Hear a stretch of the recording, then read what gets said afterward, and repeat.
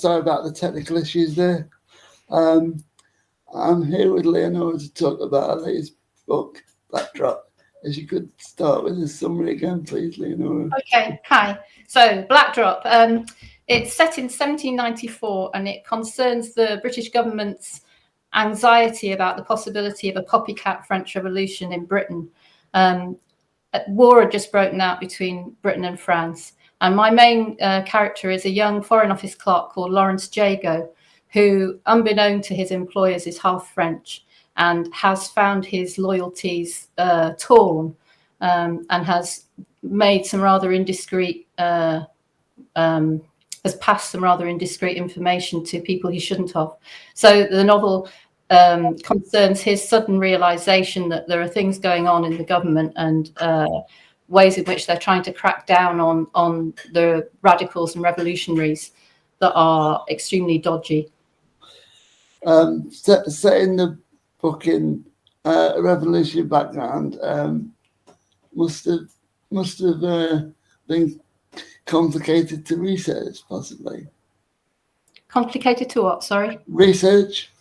The reason that I wrote the book is that I spent 10 years or so researching, doing kind of I did a PhD in literature and history, and my topic was a political journalist of the period called William Cobbett, who kind of engaged with everything right through from the time of the French Revolution and right through to almost before Queen Victoria came to the throne in the 1830s. So it was a period that I knew really well, and that was partly why I chose to write the book, because I'd always wanted to write, and I'd kind of been, writing and submitting and getting closer and closer to maybe getting a literary agent. But in the end, my husband said to me, "Well, why don't you write about something you really know about?" And that's the point at which I thought, actually, I've spent so much time researching all this that I'll dive in. Yeah. What made you decide to fictionalize that particularly? Because you got a lot of characters that were real people, according to your author note at the end of the book. So. Mm-hmm. Yeah, well, I wanted to, when I started thinking about what I was going to write, at the very beginning, when I sort of thought that I wanted to write a book in this period, I kind of thought about what I should do. And in the end, I was really taken by this year 1794, because there was so many really interesting and important things that were happening. There was the terror in France, like I say, so thousands of people were going to the guillotine in Paris. And there was the kind of the outbreak of war. There was a big kind of international treaty being discussed, because it was 10 years or so since the end of the American War of Independence, and the Americans wanted to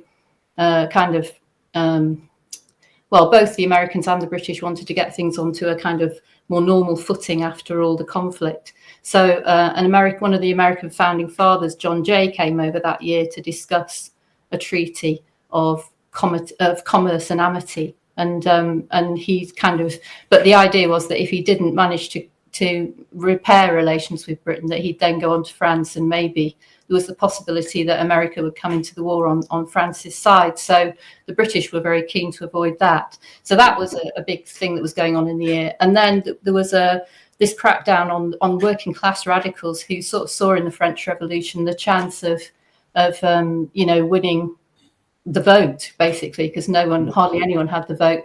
So there were all these things going on, and they were all real people, pursuing these aims and these agendas. So I just wanted to put my fictional character in the middle of all those real events.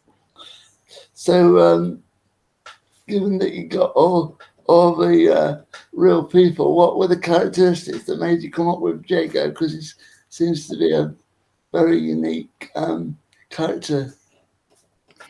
Well, I suppose I wanted to have someone who was a kind of outsider, he's he's moving in all these exalted circles. He's clerk to the Foreign Office, and at the beginning of the book, he gets promoted to be the kind of chief secretary to these talks with John Jay, the American envoy.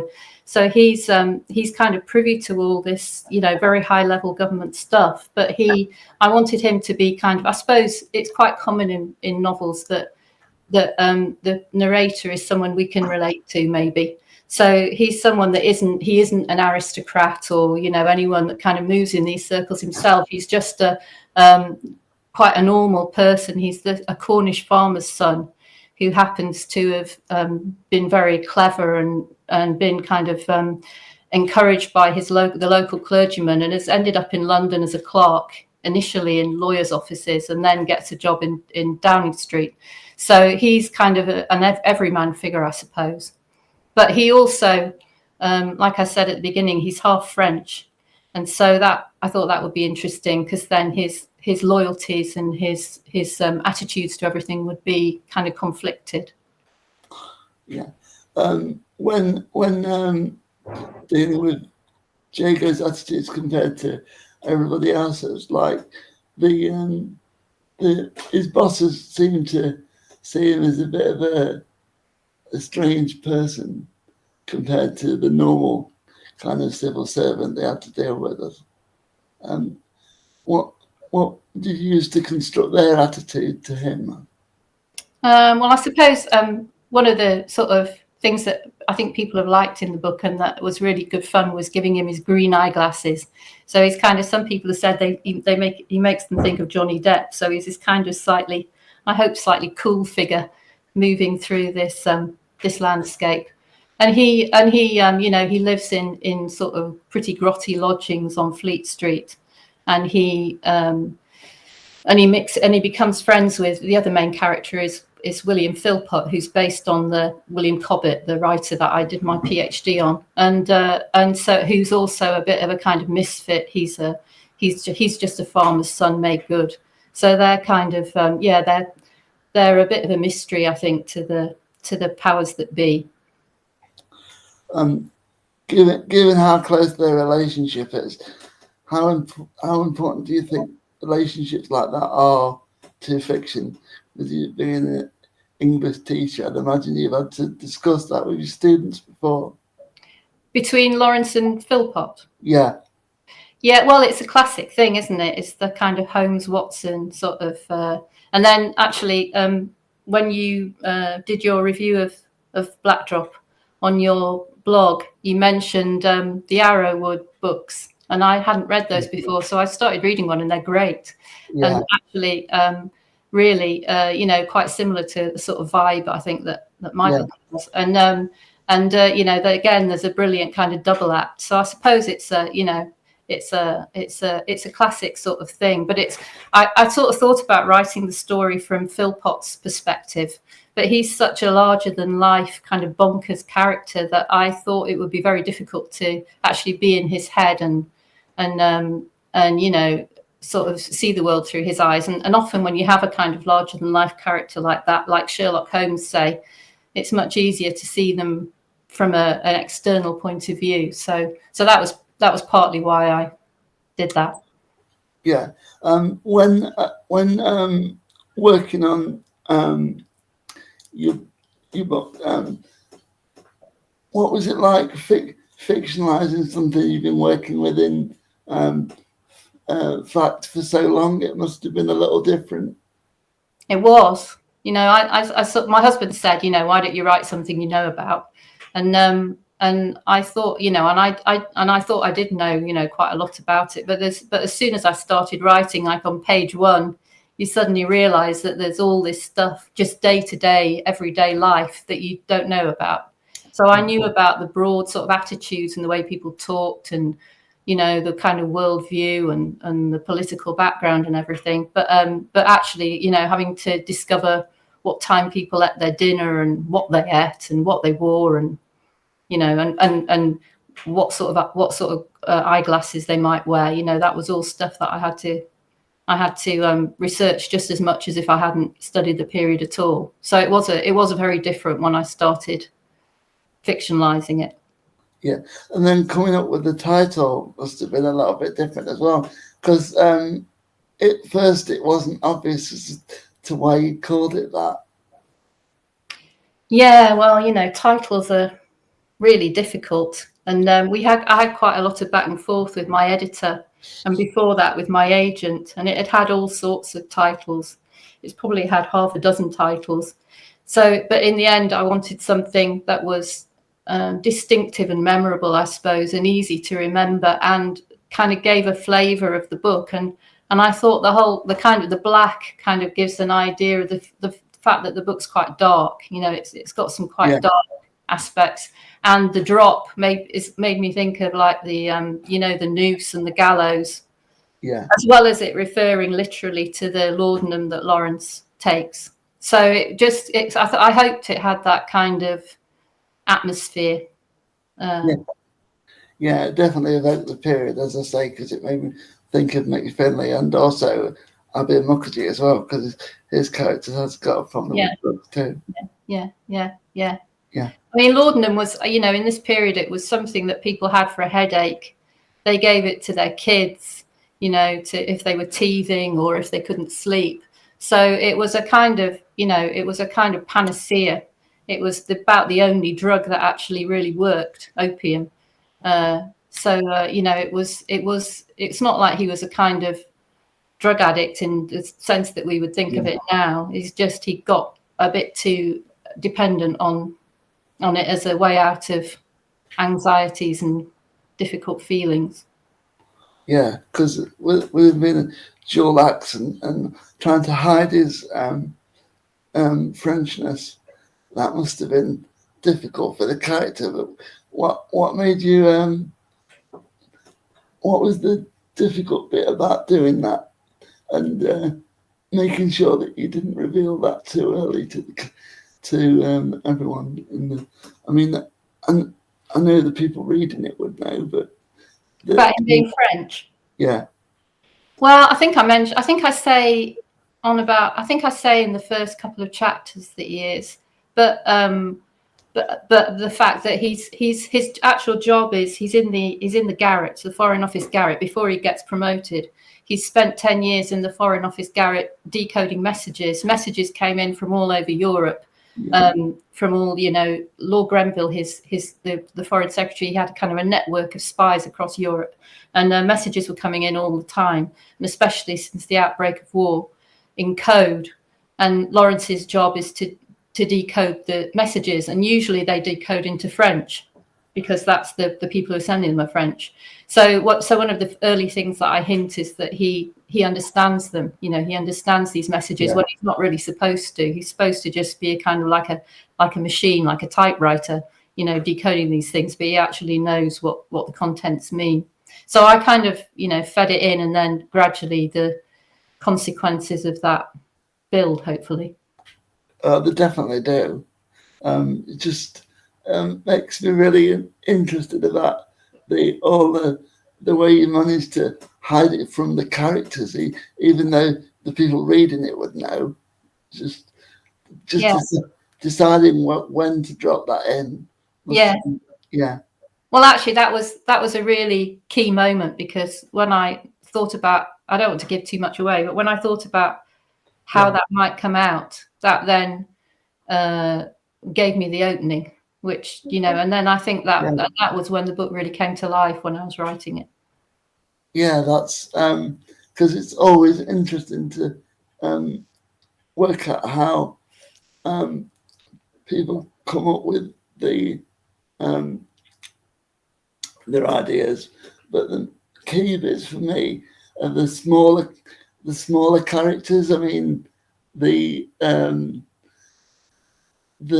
young son of the priest that ends up going around London. Yeah, he was great fun to write. I started off. He's John Jay's son, the American envoy's son, and he and in real life, Jay's son did come with him. He was called Peter Jay, and I think I read Jay's letters, and And Jay's always saying things to him like, you know, oh, your mother would be very disappointed, or I'm going to have to talk to your mother about what you've been doing. So Peter was obviously quite a lively lad.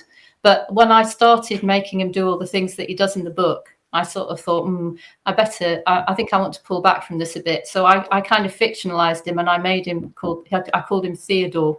So he's like a kind of alternate version of Jay's son, because I thought perhaps it was, you know, there's that fine line with real people where you don't want to, you know, do anything that would kind of not be completely outrageously untrue.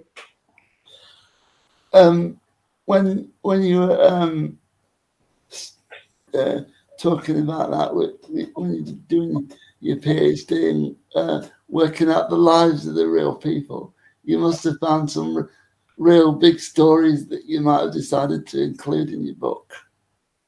Yeah, well, I mean, the third kind of strand in the book is the what was called the can't even say it, pop gun plot, and that kind of becomes a major strand of the book in the sort of last part of the book, because the government were, like I say, they were very anxious that what had happened in France might happen in Britain, and they cracked down on radicals who were demanding the vote.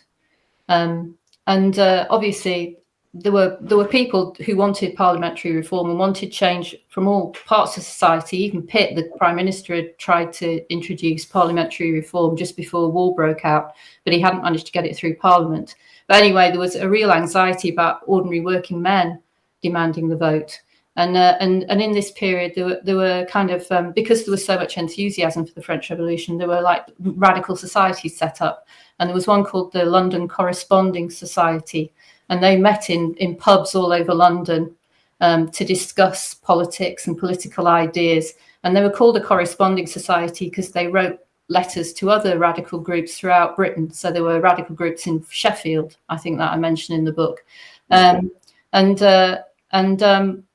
1794, one of the reasons that I wanted to write about the year was that this story came out that this one of these groups had been planning to assassinate the king with a poisoned dart at the theatre, and there's I don't want to give too much away, but where that story came from and how the government acted on it was really interesting, and also just so ridiculous. You know, it was such a ridiculous story that it was just like truth being stranger than fiction. Oh, it always is. I mean, when you were doing the teaching of your students, what was the favourite bit that you like to discuss with them? Well, I did teach. This is a long time ago, I have to say. I gave up a long time ago, but I did about sort of 10 years teaching after I did my PhD, but it wasn't my forte. I was rubbish at it. But anyway, but I used to have I used to run courses that looked at all the kind of political writings of the period and all this enthusiasm for the French Revolution. So there was kind of Tom Paine's Rights of Man. He'd been involved in writing the American Constitution, and then after writing the Rights of Man, he went to France and ended up getting into terrible trouble there.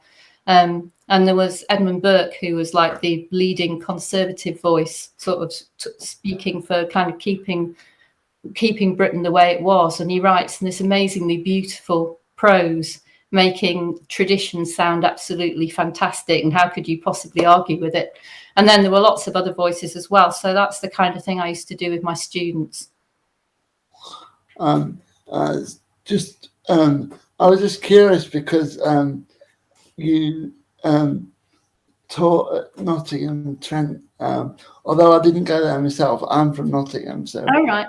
I was just interested as to what you thought. You know, generally thought of the area while you were teaching there, and whether you ever thought about writing a book in that area, because there's not not a lot of books around Nottingham. No, actually, funnily enough, I started one last year, and I've kind of put it on the back burner at the moment. But I did start writing one because I lived in a village called Thrumpton, which is just on the way out to the motorway south of Nottingham, and it was an 18th century model village. So at some point, I think it's the Seymour family. They were related to the Byrons, and they'd in sometime in the 18th century they'd remodeled their park, and they'd shunted all the old, houses away in the village, and they built this new, absolutely beautiful model village of real chocolate box little cottages. And we lived on the fringes of the village. And I started writing a book last year about the building of a model village, because I thought that might be a quite good setting for a murder mystery. But it's been kind of overtaken. But I'd still quite like to do it. And you're right, it is an area that's not. There aren't that many books set there, and I also was quite interested in the whole idea of Robin Hood, because he's sort of supposed to be from there, but he's also claimed by Mansfield and Sheffield, I think. So it's there's some fruitful stuff, really. Oh, definitely is. I mean, it's quite interesting that you mentioned Byron, because I'm from Ravenshead, and I live at the far end in East Abbey where Byron lived, of course. So fun. It's really funny. One of the really funny things about writing about this period is that everybody knew everybody.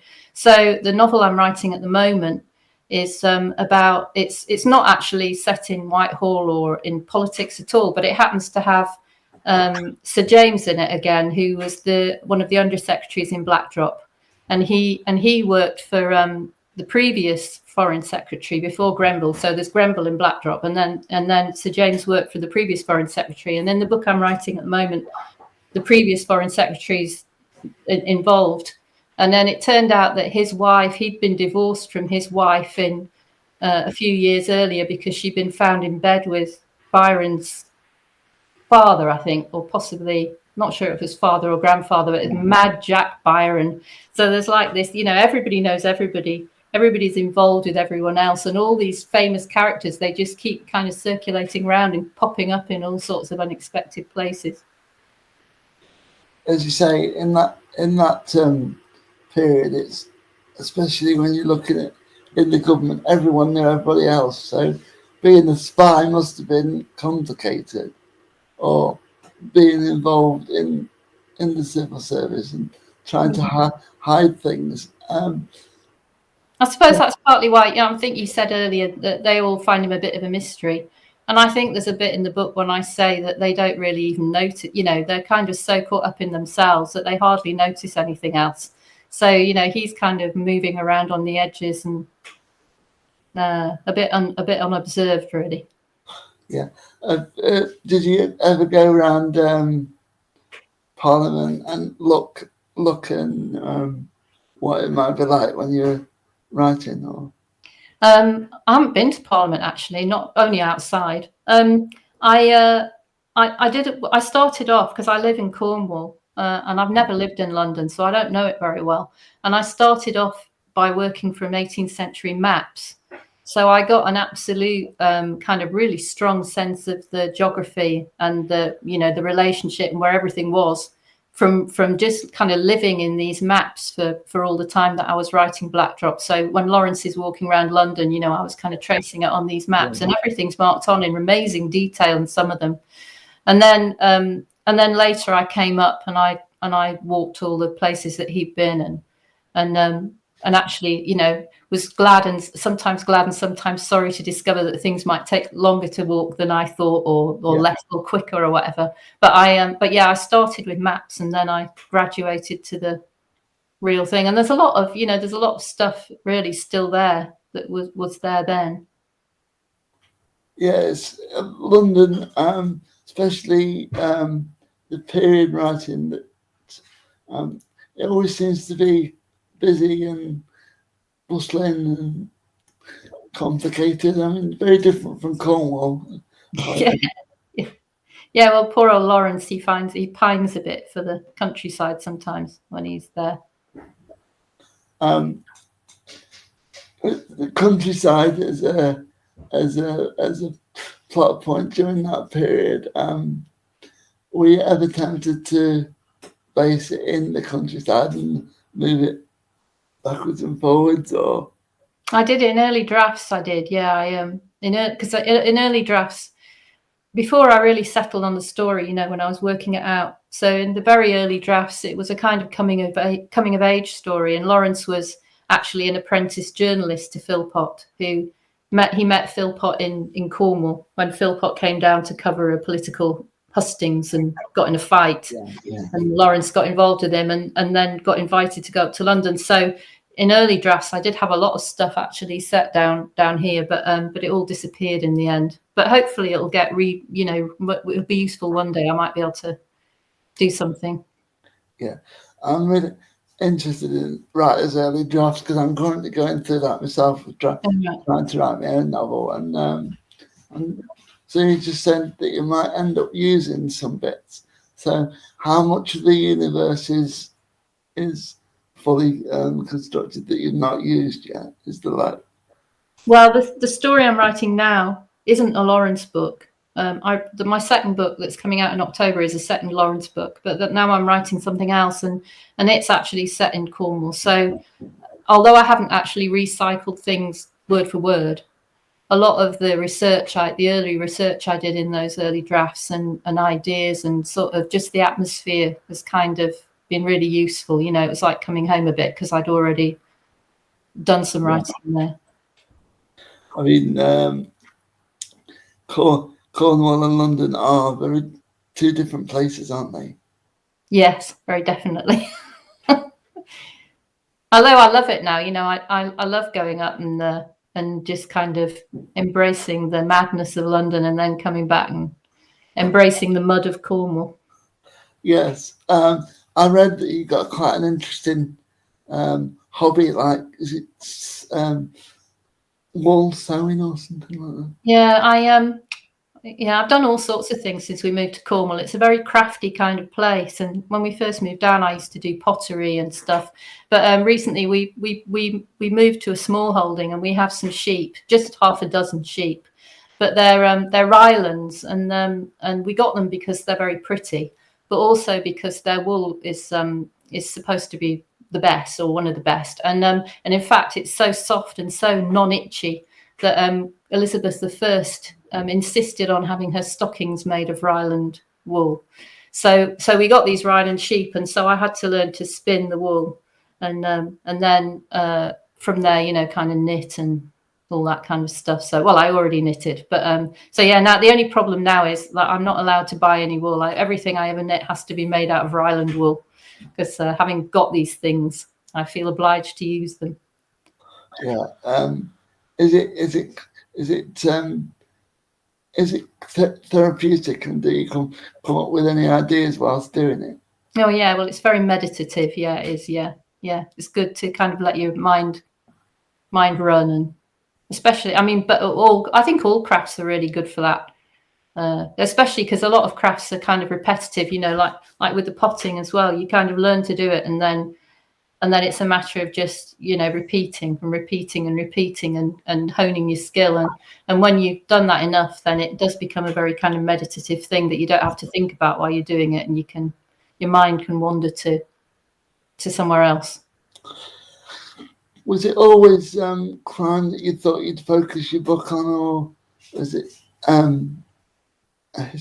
history or other genres? Or well, it was a bit. I was a bit stupid, really, because I knew I wanted to write a historical novel, and I knew I wanted to write about this period, and I knew I wanted to write about politics and things, and the centre of power and Westminster and so on, and Whitehall. And I looked at what other people were writing, and from my own reading, I also knew, that very often that took the form of a historical murder mystery. That's there's the Shard Lake and Antonia Hodgson's books, and then before that things like Name of the Rose, that was a way of talking about politics and ideas and religion and stuff. So I knew that was a very common way of using all that stuff, and instead of thinking, well, I'll do that then, that's obviously popular, I thought, oh, because I didn't know anything. I thought, oh, that's obviously been done. I need to do something else. So I wasted about a year, I think, trying to find other ways of doing all this stuff before realizing that actually the kind of crime thing just was a brilliant vehicle for talking about all that stuff, and also, made a really good story. Because I do like books with a great plot, so. In the end, I thought, well, that's what I actually want to write. It's the sort of books I love, and I'm almost kind of willfully doing something else. So with the and with the advice of my agent and my publisher and things, then that it moved more and more in that direction. Yeah, because period spy thrillers are a little. I've never read one before. It's a little bit unusual. Yeah. I think Well, no, it's. I think you're right. Yeah. It's when you when I started the book, I was aware of it because of Twitter and all the advertising and all the social media and stuff. How important have you found that in making sure that people are aware of your book? Well, it seems to be the way. I mean, I don't really know. I don't really understand how publishing works and publicity works, but social media is absolutely huge. I think central to all that now, and especially all the brilliant book bloggers that very generously write reviews. So I had a blog tour after the book came out, and someone wrote about the book every day for a couple of weeks, and that was absolutely amazing. So I think it is absolutely huge now.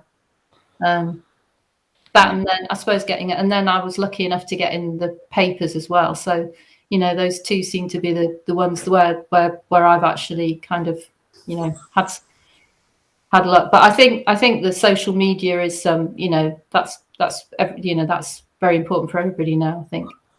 Because it was the cover that made me recognise it, because it was several months after that the audiobook came out, because it's only been out. It's only been out about, is it like a week or something? 1st of January it came out. Yeah. You're asking me about the audiobook, and have you managed to hear any of it yet? I haven't. No, I'm still waiting for my copy. I've heard the little snippet on Amazon, so that's the only thing I've heard. But I'm all agog. Yeah, it's very different, and it's got a quite well-known narrator as well. Yeah, well, I mean, from what I've heard, the little bit I've heard, it sounds absolutely great. So I'm really, really excited to hear it. So you're not worried about hearing it, though, because a lot of people I've spoken to before say they don't want to hear it or don't often reread it after they published it. Yeah, actually, no, I'm really excited about it. It's a bit like having it made into a film or something. It's amazing that someone else cares enough to go to this trouble to make something that I've written. I just can't really believe it. So, and then hearing someone else's interpretation of the characters and everything, that's brilliant. And I suppose I feel a bit like I can let it be its thing, because it's a different, it's not my responsibility how they do it. So I feel a bit let off the hook, and I can just kind of enjoy it, I think, or I hope so. I hope I will. I'm sure you will, because as you say, it's like a completely different universe, isn't it? Yeah. Like when you're watching like period films, were they any influences on the style, or? Sorry, I didn't. Did period films or anything influence the book? Not really films. I mean, I kind of, I've read Jane Austen and things ever since I was quite young. So, I love all that kind of Regency literature and Georgette Hay. Actually, I only discovered Georgette Hay recently, and she's absolutely brilliant. They're just such brilliantly constructed plots and so funny.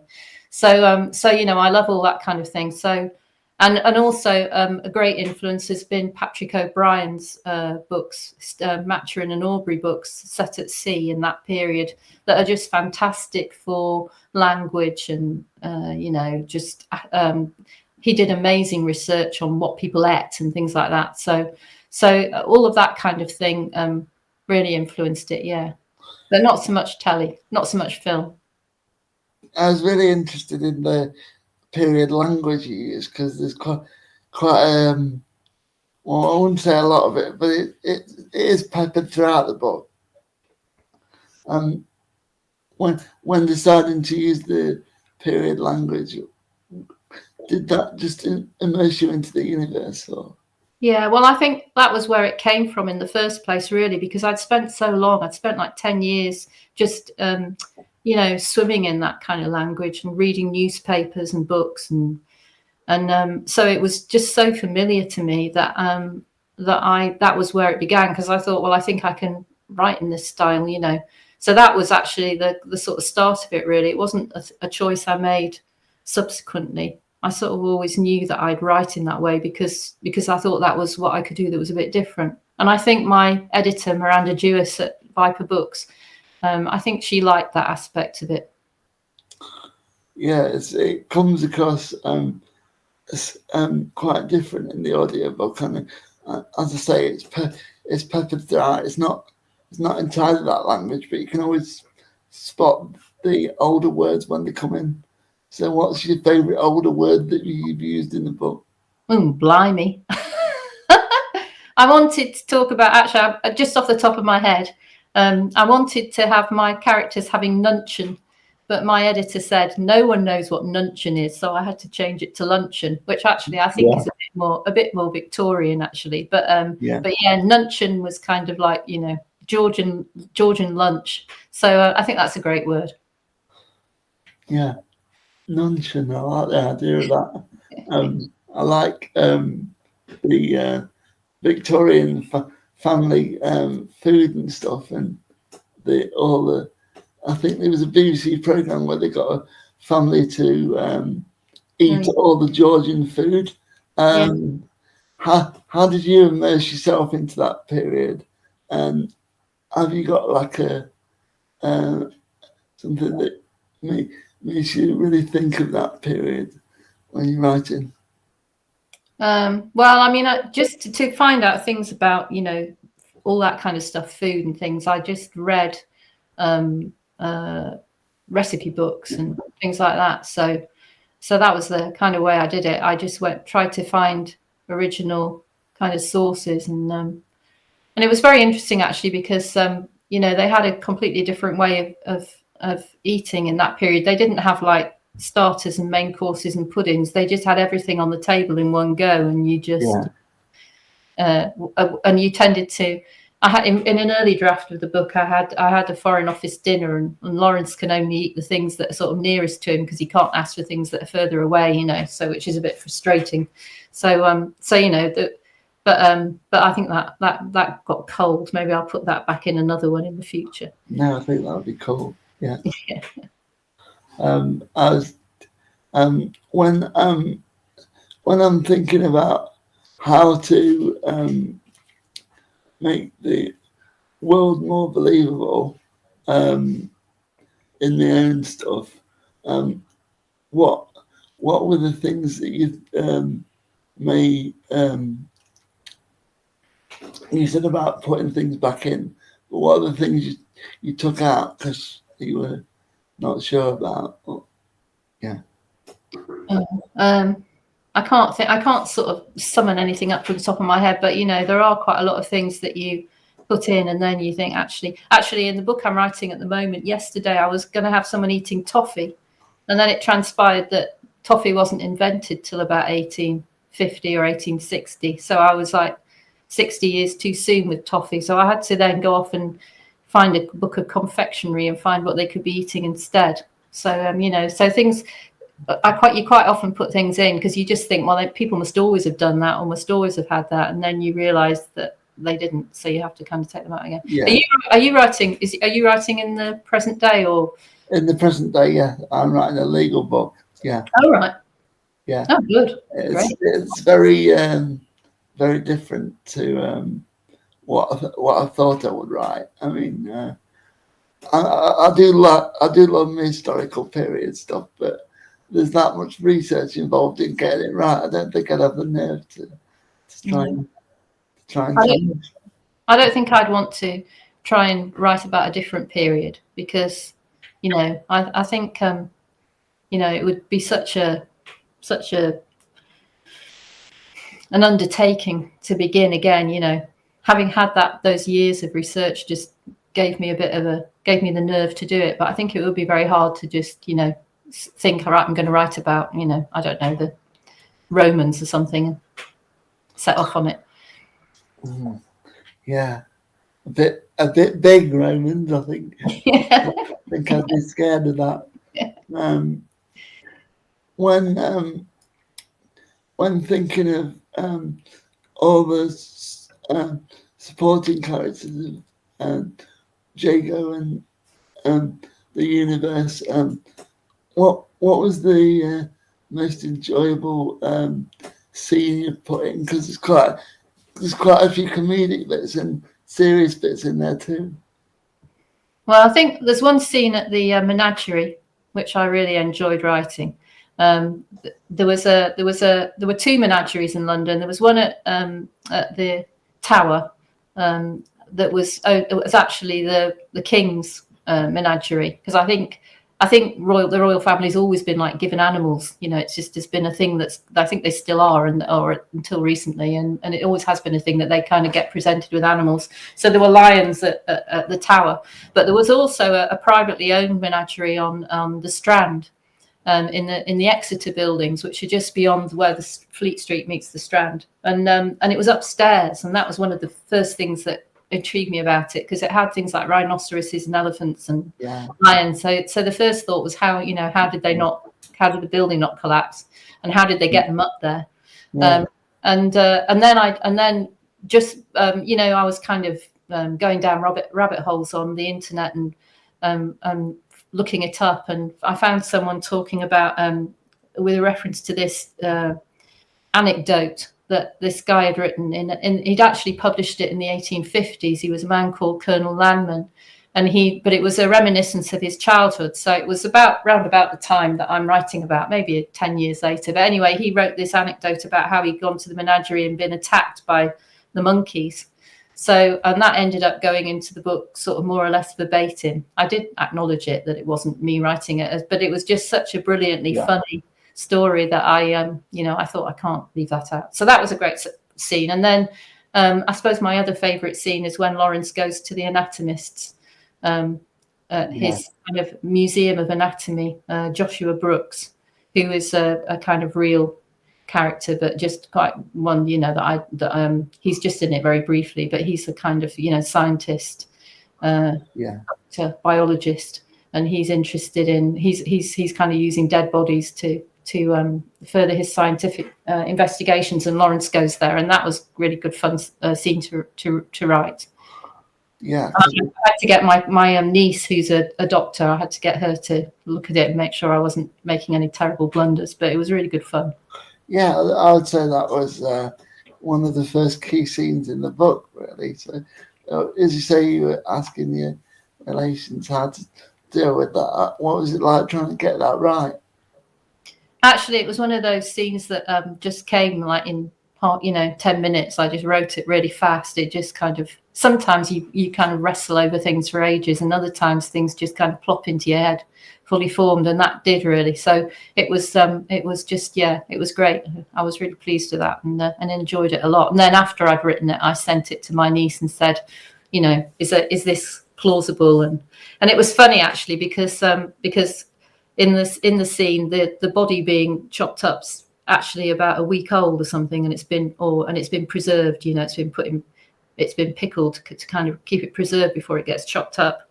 And I spoke to my niece, who's done her medical training, and I said, how long could you leave a body before you dissected it? And she said, 12 hours or 24 hours maximum, because everything starts to degrade. And I thought, well, that's a bit of a blow for my story. But then I started doing more research in the actual period. And in fact, they chopped up bodies until it was so, the smell was so bad that they couldn't bear to do it anymore. They would keep working on them as long as they possibly could, because they were so hard to get hold of. So so that vindicated me in the end. But I just thought it was very interesting, the difference between now and then. I mean, when you were describing that, and it's kind of like strange to think of it, because I'm not read many historical versions of it apart from Ambrose Parry. So there's very few medical versions of that period. So just interesting to read it, I suppose. I don't know if you've read Instance of the Finger Post, but that has the whole first part of it is about these kind of scientists in the 17th century, when things are even more primitive really than the 18th. Although actually I don't think medical science had moved on that much by the 18th century. It wasn't really till the Victorian period that they began to really understand how things work. But that's brilliant. That's got some fantastic scenes of kind of the word escapes me, of chopping people up and dissecting people. Yeah. Jules was also an interesting thing in the book, because you got like all that thing about seconds and all that thing about honor and stuff. Oh yeah. And just thinking about Byron and things like that. Just interested as to how important that you found that as to bring some tension into the story, I suppose. Yeah, well, that's Lawrence's big kind of his first big moment of personal danger, I suppose, when he accidentally finds himself involved in a duel, which was very much a gentleman's preserve. So as a sort of farmer's son, he hasn't got a clue what he's doing. He's only sort of shot a shotgun before. He hasn't ever used a pistol. So that was. But that was again the whole thing of the kind of upper classes and those beneath them, and this kind of different world. Though I think dueling was really it was kind of frowned on by that point, so it wasn't something. It wasn't as widespread as it had been in previous centuries, but it still went on. Yeah, because it just made me think of like several old films where the duel was the central point of it, and you just it'd be terrifying, I think, petrified. Definitely, especially if you were the second, and having to wait and see whether you had to get involved in that. Yeah, I don't think I could stomach it. Yeah. Is there anything coming on? You said your second book is October of this year, did you say? Oh.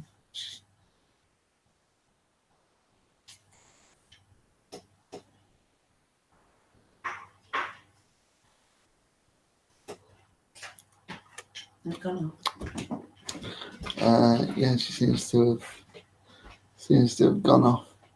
Gone at the moment.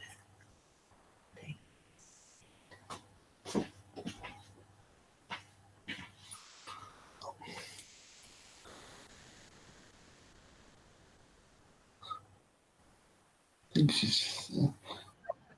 Yeah. I'll just put you in the screen again.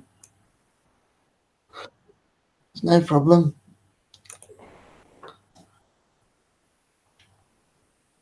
Yeah. Now that the call connection, that's obviously not. Yeah. That's all right. It's fine. I was just going to ask you about your new book to finish off. So it's called Blue Water, and it's coming out in October, and it sort of continues the story, but it stands alone as well. So this is a bit of a spoiler, but anyway, I suppose it isn't too bad. The treaty that John Jay comes to negotiate in Blackdrop is agreed and has to be sent back to America to be ratified. And the story of Blue Water is what happened to that treaty and how and its journey, basically, its sea journey. And again, it's based on what really happened, which again is kind of like truth being stranger than fiction. Yeah. But there's a little bit more leeway. There's a little bit more room for scope for kind of poetic license in it, because there's much less documentation of what happened. There's just the bare bones of the story, so I felt free to embellish it. But anyway, it's really good fun, and it was really good fun to write a story at sea, set at sea. That's a completely different environment after London.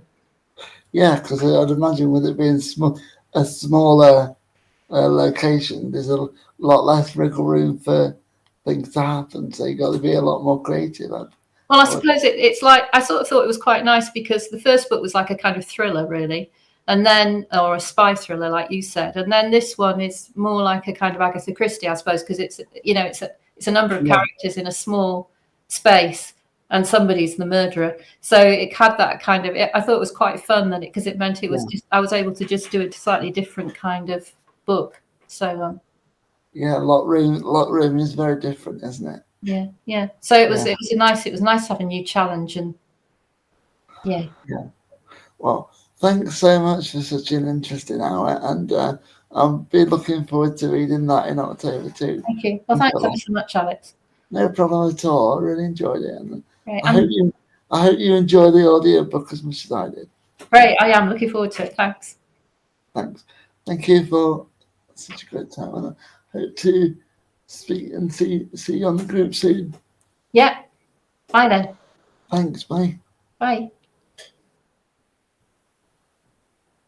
I'm just going to stop it now. And again. And again. Okay.